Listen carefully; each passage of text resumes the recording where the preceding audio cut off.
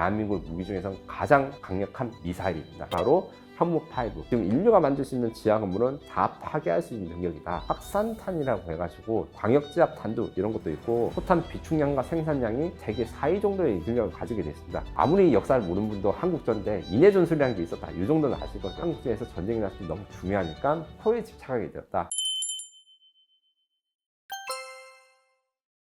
요거 전 진짜 솔직히 말씀드려서 저는 현무 6, 7 뭔지 몰라요. 근데 다른 분들은 다 아시고 막 유튜브 컨텐츠 찍는 게 정말 대단하신데 일단 이제 알아도 모른다고 해야 되고 이게 존재하지 않는 무기라고 일단 설명을 드리는데 다만 지금 현무5가 무슨 무기인지 앞으로 어떻게 될 것인지에 대해서 개인적인 의견을 드리는 겁니다. 절대 어딘가에서 자료를 받거나 아니면 내가 정보가 있어서 그런 거 아닙니다. 현무5가 있다는 현재 공개된 무기, 대한민국 무기 중에서 가장 강력한 미사일입니다. 미사일이라는 것 중에서는 순항미사일과 탄도미사일이 있는데 그 중에서 주목받는 것은 탄도미사일입니다. 탄도라는 건 말 그대로 올라갔다가 내려갑니다. 왜 이렇게 하냐? 올라갔다 내려갔다 하면 올라갔을 때 추진력을 가지고 고도를 높이면 여기서 자유낙하하면 도립 시점의 속도가 굉장히 빠릅니다. 그래서 적을 신속하게 타격할 수 있어서 매우 중요하고 막 전쟁이 났을 때도 막 탄도미사일 몇 발 발사했다. 이게 그래서 중요한 겁니다. 북한도 이런 탄도미사일을 많이 가지고 있고 핵도 가지고 있으니까 대한민국이 북한의 핵에 대해서 어떻게 대응할 수 있을까? 우리는 핵무기를 사실 가지고 있을 수 없는데 라고 해서 생각한 답이 바로 현무5, 대한민국 최고이자 세계 최고라고 할 수 있는 벙커버스터 미사일입니다. 그러면 얘가 핵무기 위력이 나와요? 그건 아니에요. 제가 한번 몇 번 이야기를 한 적이 있는데 세계에서 핵무기를 탑재하지 않은 미사일 중에서는 이 현무5가 제일 위력이 강합니다. 그러면 핵무기 몇 % 정도 됩니까? 하면 실제로 에너지 기준으로는 거의 200분의 1이고 피해 반경 면적으로는 한 20분의 1입니다. 현무5를 20발에서 50발 정도 써야지 전술핵 한 발 정도 나올 수 있는 피해 반경이 되니까 그럼 너무 약한 거 아니에요? 라고 말씀을 많이 하시는데 현무5는 위력으로 이제 핵무기랑 싸우자고 하는 게 아니라 핵무기 쓸 수 있는 사람들, 핵무기를 쓰는 사람들 명령을 내리지 못하도록 북한의 최고 지도자 지부가 어디에 숨어 있든 격파하고 파괴할 수 있는 미사일입니다. 그래서 벙커 버스터다. 그러면 현무5는 위력이 낮은데 어떻게 이제 북한에 있는 지도부를 어디선 죽일 수 있나요? 지하로 깊게 관통해서 아무리 지하 깊숙이 숨어 있는 저 북한 지부라도 파괴할 수 있는 관통력이 좋은 미사일인 겁니다. 그래서 이 8톤에 대한 탄두를 가지고 이게 폭약량도 많지만 그 탄두의 길이와 크기도 제일 커요. 저도 사실 과학을 잘 못했는데 운동에너지 정도는 다들 아시지 않습니까? 속도가 빠르고 질량이 클수록 깊게 들어가는데 이게 충돌 시점에 막 한 8에서 9 사실 더 빨리 갈 수 있는데 너무 빨리 가면 이게 증발할 수 있기 때문에 마지막에 사실 약간 감속을 합니다. 완전 지상에서 터지지 않도록. 그러면 탄두가 지편에 들어가면 엄청난 에너지로 지하 깊숙이 들어가는데 약 한 60에서 100m 정도 밑에 있는 또 관통이 가능하다 합니다. 그러면 이제 이렇게 말씀하시면 그럼 김정은이 벙커를 100m에다 나왔으면 120m로 더 깊게 파고 들어가면 되지 않겠나 이렇게 말씀하시는데 이게 또 너무 깊게 들어갈 수 있고 위력이 강하니까 지진 효과가 있어서 김정은이 더 100m 이상으로 들어가면 더 피할 수 있을지 몰라도 지진 효과라든가 이런 것 때문에 벙커 옆에 위에 있는 게 길이 무너지는 거예요. 플러스 현무5 같은 경우에는 이제 우리나라 현무 시리즈는 전 세계에서 가장 정밀도가 높은 탄도미사일 중에 하나입니다. 이란이 맨날 이제 전쟁에서 탄도미사일 쏠 때 어디에 떨어졌다 빗 맞췄다 하죠. 이란 미사일들의 정확도는 CP라고 하는데 요게 테이블로 치면 반경은 몇 미터 안에 들어갈 것인가 재수가 없으면 거의 한 1km 비껴서 맞출 수도 있는데 우리는 거의 10에서 20m 이하. 창문을 조정한 것까지 못하지만 그래도 헬기장이라든가 아니면 이제 마당 정도는 조정할 수 있는 아주 정밀한 게 있습니다. 이렇게 되면 어떻게 되냐? 100m로 한번 까고 이제 미사일 쏴서 한 대 까고 저기 있으면 똑같은데 한 번 더 쏘면 더 깊게 가겠죠. 물론 미사일 2발 쏘면 200m, 3발 쏘면 300m가 아닙니다. 당연한 이야기지만 2발, 3발씩 쏠 때마다 이게 한계는 있어요. 하지만 지금 인류가 만들 수 있는 지하 건물은 다 파괴할 수 있는 능력이다 라는 게 현무5고 그러면 현무5 후속 미사일들은 무엇이 있느냐? 저는 이제 일단 알아도 절대로 못 말하고 아는 것도 없고 어쨌든 지금 현재 연구되고 있는 대한민국 최신 미사일 기술로 차세대 현무에는 여러 가지 게 있습니다. 일단은 이제 지하 표적 공격하는 거 말고 확산탄이라고 해가지고 넓은 지역을 공격하게 되면 어떻게 되냐? 그럼 이제 건물 같은 건 무너뜨릴 수 없는데 차라든가 아니면 인원 살상하는 걸로 하면 축구장 20에서 30개 면적 정도로 이제 한 번에 공격할 수 있는 이런 광역지압 탄두 이런 것도 있고, 그리고 이제 탄두 중량과 속도를 더 늘리는 것에 대해서 연구는 하고 있는데 이게 물리적인 한계가 있다고 합니다. 그러니까 이제 뭐 우리가 엄청 크게 키운다 해가지고 뭐 스타쉽 그 일론 머스크 우주선처럼 이렇게 키우는 건 조금 어렵고, 대신에 지금 물리적 한계는 첨부8보다 2배 정도 최대 큰 족까지 만들 수 있는데, 요거는 지금 실제로 만들어야 될까? 요게 대해서는 약간 논란이 있고, 그리고 무조건 깊게 가고 무조건 위력이 센 거 말고도 적을 어떻게 대응하는지 중요하기 때문에, 우리가 이제 북한 사람들 많이 죽이려고 무기 만드는 거 절대 아닙니다. 전쟁이 났을 때 전쟁을 종결하려면 한국을 위협하는 무기를 없애고 한국을 위협하는 지휘부를 없애는 거예요. 그래서 북한의 핵미사일 같은 게 그냥 쏘는 게 아니라 이동하는 트럭에서 쏘니까 이동하는 트럭을 추적할 수 있는 드론을 탑재하는 미사일을 만들거나, 아니면 지능화된 뭐 지뢰 같은 걸 깔아가지고 핵미사일을 쏘는 트럭 같은 게 지나가면 공격하거나, 이런 것들을 좀 생각하고 있다라고 보시면 됩니다. 그리고 지금까지 제가 말한 것들은 어디에서 본 게 아니고 그냥 제가 이제 상상을 한 것이기 때문에, 나중에 현무 67 나왔을 때 김석 기자님 말한 건 틀리네요 하면 저는 책임 못 집니다.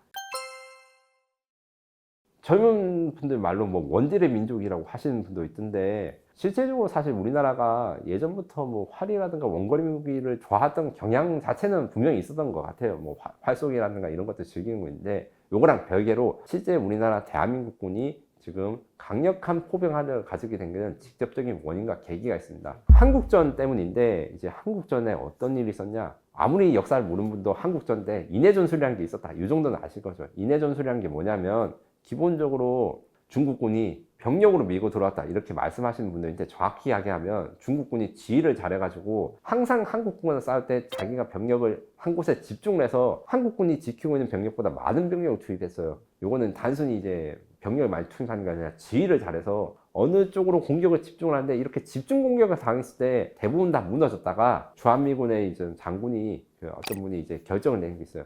이 집중 공격을 막을 수 있는 법은 포병이다. 그래서 한국전 때 사용되었던 공중폭탄과 포탄의 수나 중량이 2차 세계대전 수준과 비슷합니다. 근데 이제 2차 세계대전은 유럽 전역에서 벌어졌는데 한국이 훨씬 작잖아요. 엄청나게 많은 밀도로 때려 부수니까 이런 인해전술을 이길 수 있다는 경험이 한국은 예전부터 있었어요. 그래서 포가 정말 한국이 전쟁할 때 정말 중요하구나, 이런 것들이 있었던 게 첫 번째 이유. 두 번째로, 그럼에도 불구하고 한국이 이제 포병화력이 북한보다 부족한 게 있었어요. 그게 한 1980년대, 90년대인데 왜 그러냐면, 제가 앞서서 포병화력의 중요성에 대해서 한국전쟁 이야기를 했잖아요. 그 집중된 포병화력에 죽은 사람들이 뭐다? 북한군과 중국군이다. 자기들이 당해봤으니까 투자를 더 열심히 한 거예요. 그 중에서도 장사정포라는 게 있습니다. 장사정포라는 게 뭐냐면, 일반적으로 1980년대, 90년대까지 군대가 쓰는 대포의 사거리는 30km에서 20km였는데, 북한은 약간 이제 변태적인 그 변종 자주포를 만들어가지고 40에서 50km 넘게 나는 포를 만들었습니다. 이게 국산 자주포라고 하는데, 이런 것들을 만든 게 사실은 테러용이었어요. 무슨 말이냐? 군사분계선 근처에서 이런 장사정포를 깔아 놓으면 수도 서울에 포탄을 퍼부을 수 있고, 이걸로 한국을 협박하겠다는 거죠. 요거를 이겨내기 위해서 어떻게 하냐? 포병을 잘 잡는 건 사실 포병입니다. 비행기로 폭격을 하는 게 더 좋지 않아? 이렇게 생각할 수 있지만, 비행기는 조종사가 타고 무기를 적재하고 공항에서 이륙해가지고 그 적까지 까야 되죠. 비행기가 더 대포보다 빠르지만 요 준비하는 시간이 길어요. 지금도 이제 인류가 만든 무기 중에서 제일 빨리 대응할 수 있는 무기가 포기 때문에, 우리가 이 북한의 장사정포를 쏘기 전에 우리가 먼저 쏘기 위해서 만든 것이 바로 이 K9 자주포였던 것이죠. 그리고 이 K9 자주포가 처음에는 400대 정도만 만들려고 했는데, 북한의 위협이 전해지니까 두 차례에 걸쳐 증산해서 지금 1500대가 있고, 이게 전 세계에 거의 3위에서 2위 정도의 자주포 실력을 가지고, K9과 그 다음에 구형 K55 자주포까지 합하면 우리나라가 자주포가 3000문이 넘는 세계 4위 정도의 실력을 가지게 됐습니다. 이래서 한국 같은 경우에는 그 포탄에 대해서 실전을 겪었고, 한국에서 전쟁이 났을 때 너무 중요하니까 포에 집착하게 되었다. 그래서 155mm 포탄이 340만 발이 비축되어 있다고 자료를 제가 찾았는데, 여기 약간 옛날 자료라서 지금은 좀 줄어들 것인데, 우리나라는 포탄 비축량과 생산량이 사실상 미국, 러시아, 중국 빼고는 제일 많다. 세계 4위가 확실합니다. 제가 요거에 대해서 이제 짧게 이야기하면, 우리나라는 배달의 민족이기 때문에 배달을 빨리 합니다, 이렇게 하니까 좀 오해가 있더라고요. 배달이 빨리 하는 게 무기나 방산 수출에서 왜 중요한 것인지, 왜 4대 방산 수출이 된 것인지 좀 풀어서 설명하자면 이렇습니다.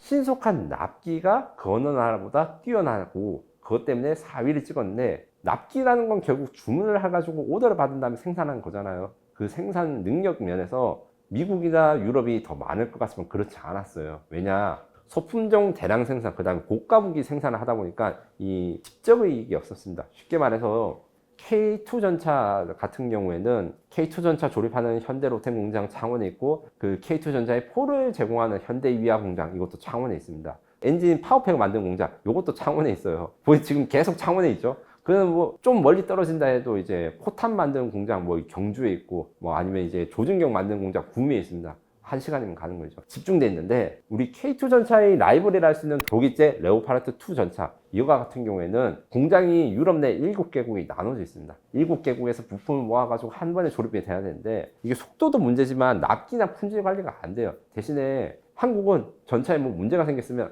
포가 문제야? 엔진 문제야? 이게 소통도 빠르고 수정도 빠릅니다. 다 붙어 있으니까요. 이런 것들 때문에 일단 이게 신뢰성이 있는 부품을 안정적으로 공급할 수 있고, 그리고 우리가 냉전 시대의 군대이기 때문입니다. 냉전 시대에 우리가 소모를 많이 할 수 있다 생각해서 생산 능력을 유지하는 게 굉장히 중요합니다. 대한민국 무기는 우리가 뭐 내가 스타트업을 하나 만들어서 앞으로 무기를 만들겠습니다, 이렇게 하는 게 아니라 방산업체 지정이 돼야 됩니다. 그리고 지정을 해주는 이유는 전쟁이 터졌을 때 국가가 명령한 무조건 생산량을 채워야 되고, 거기에 대해서 사전에 준비를 하고 지원도 해줍니다. 라인 생산을 유지를 해준다는 거죠, 이 표현을 하는데. 이 말인 즉슨 뭐냐, 다른 나라들은 소품종으로 생산하고 소량씩 생산하니까 이 라인들이 다 죽어버렸어요. 그러다 보니까 이제 우크라이나 전쟁이 터져서 급하게 공급을 받아야 되는데 신속하게 제공할 수 있는 나라 대한민국밖에 없었고, 여기서 제일 핵심적인 것들이 바로 이제 폴란드에서 K2 전차 수출, 2년에 180대의 전차를 수출한 전무후무한 50년 만에 제일 빠른 속도라고 말할 수 있습니다. 거의 1980년대에서나 가능했던 일이에요, 이게 다른 유럽이나 미국에서는. 그리고 이제 가격도 좋다, 가성비가 있다, 생산량이 기본적으로 많았기 때문에 K9 자주포가 전체 세계 자주포 시장의 60%를 차지하는데, 요 점유율이 60% 차지한 건 일단 우리나라가 K9 자주포를 많이 가지고 있으니까 부품도 많고 생산량 수출하는 것도 많고, 심지어 리퍼도 팔아요. 이번에 이제 핀란드에다가 K9 자주포 판 거는 한국군이 구형 K9 자주포를 수리해서 팝니다. 그러면 또 한국군은 신형을 받게 되고, 요런 이제 리퍼 거래까지 하기 때문에 이 방산 수출이 4대까지 닿았다. 그리고 현지 기술 공장 설립, 기술 공유 개방 뭐 이런 것도 많이 해요. 미국이나 유럽 기술 강도 정말 많이 안 줍니다. 근데 우리나라는 사실 K방산이 힘들 때는 정말 힘들었어요. 기술 이전 안 해주고 독자 개발해가지고 이제 국어를 하고 이랬는데, 그런 우리가 의리되었던 역사가 있어서 우리나라 방산 수출할 때 우리나라만 이득을 가진 게 아니라 그 나라의 국방력을 키우고 싶으면 우리가 공장을 지원해주거나 기술 이전도 해줍니다. 물론 우리한테 피해가 안 갈 정도로만. 이렇기 때문에 우리가 세계 4대 방산 수출국으로 성장할 수 있었던 것이죠. 요거 같은 경우에는 제가 이런 말 유튜브 하시면 현재 방산업체분들 굉장히 싫어하십니다. 이게 진짜 솔직히 말하면 한국 방산 잘 나가는데, 그럼 이제 앉아서 고객이 오다 이런 건 아니고 영업하신 분들은 굉장히 고생을 하시거든요. 그래서 간절히 원하는 것도 맞지만, 그렇다 해서 이제 방위사업체분들이 편하게 우리가 있으면 다 고객이 올 거다 이렇게 하는 게 아니라 열심히 세이즈 중인 무기다 이렇게 표현하는 게 맞을 것 같습니다. 그러면 인기가 제일 좋은 무기가 뭐냐 했을 때, 아무래도 이제 이번 이란 전쟁에서 그 아랍에미리트 활약한 천궁2, 이게 일단 제일 핵심일 뿐만 아니라 K9 자주포, FA-50 경공격기, 그 다음에 천무 로켓, 그리고 이제 신규 제품들이 있습니다. K9 자주포는 지금도 잘 팔리고 있는데, 얼마 전에 제가 방금 이야기했지만 핀란드에서 100대를 더 사갔다. 핀란드는 원래 K9 자주포를 사갔는데 이제 재구매가 일어나고 있어요. 써보니까 좋다면서. 그리고 천무 다연장 로켓 같은 것도 얼마 전에 에스토니아가 3대를 추가 주문했는데, 이런 게 다 특징이 있습니다. 한국한테 전차라든가 이런 자주포를 수입하는 나라들이 특징이 미국한테도 같이 주문해요. 그런데 첫 번째, 미국보다 우리는 한국산이 더 좋다. 두 번째, 미국산이 좋아도 배달이 안 돼가지고 얘들 못 기다리면 결국 한국산을 더 찾게 되는 거예요. 이 두 가지 경우가 다 일어나고 있는 게 지금 현재 한국 방산 상황이고, FA-50 경공격기 같은 경우에는 지금 현재 폴란드랑 그 다음에 인도네시아, 그 다음에 말레이시아 수출 버전이 지금 라인에서 돌아가고 있습니다. 요 같은 경우에는 가성비가 정말 좋은데 앞으로 더 좋아질 날만 많았어요. 저는 사실 KF-21 전투기를 좋아해서 이런 거 방송에도 이야기 많이 했는데 FA-50도 이제 앞으로도 계속 팔릴 것이다. 새로운 기종이 나온다고 단종이 되는 게 아니다. 왜냐면 가격이 FA-50이 KF-21의 절반 가격이라서 굉장히 저렴하고 KF-21에 지금 만들기 위한 여러 신기술들 적용한 걸 이제 앞으로는 FA-50에도 적용해요. 그럼 그게 업그레이드가 됩니다. 지금은 이제 미국산 레이더를 사는데 향후에는 국산 레이더를 쓰거나 KF-21용 무장을 만드는 뭐 초음속 대한미사일이라든가 장거리 공대지 미사일 이게 FA-50에도 들어가면 이거는 이제 경쟁력이 좀 높아지는 거라서 좀 기대가 되고 한국산 무기는 아무래도 이제 최고 성능보다는 가성비가 좋다 이런 인식이 많다 보니까 이런 저가가 그 업그레이드 되는 거 이런 것들에 대해서 해외 고객들이 많습니다. 이외에도 신규 수출한 것은 말레이시아의 해군 함대공 미사일이 얼마 전에 이제 1,000억 원 정도 수출돼가지고 이야기가 나왔는데 우리나라의 신규 미사일 중에서 이제 천궁2 다음에 LSM이라든가 이런 뭐 LAMD 해군 미사일 해외에서 관심이 많은데 이것들은 아직은 그렇게 수출이 많이 안 되고 국내 수요가 있지만 국내에서 이제 사용하다 보니까 아 한국군이 잘 쓰고 있구나 하면서 지금 오퍼가 많이 들어오는 상태라 생각하시면 될 것 같습니다.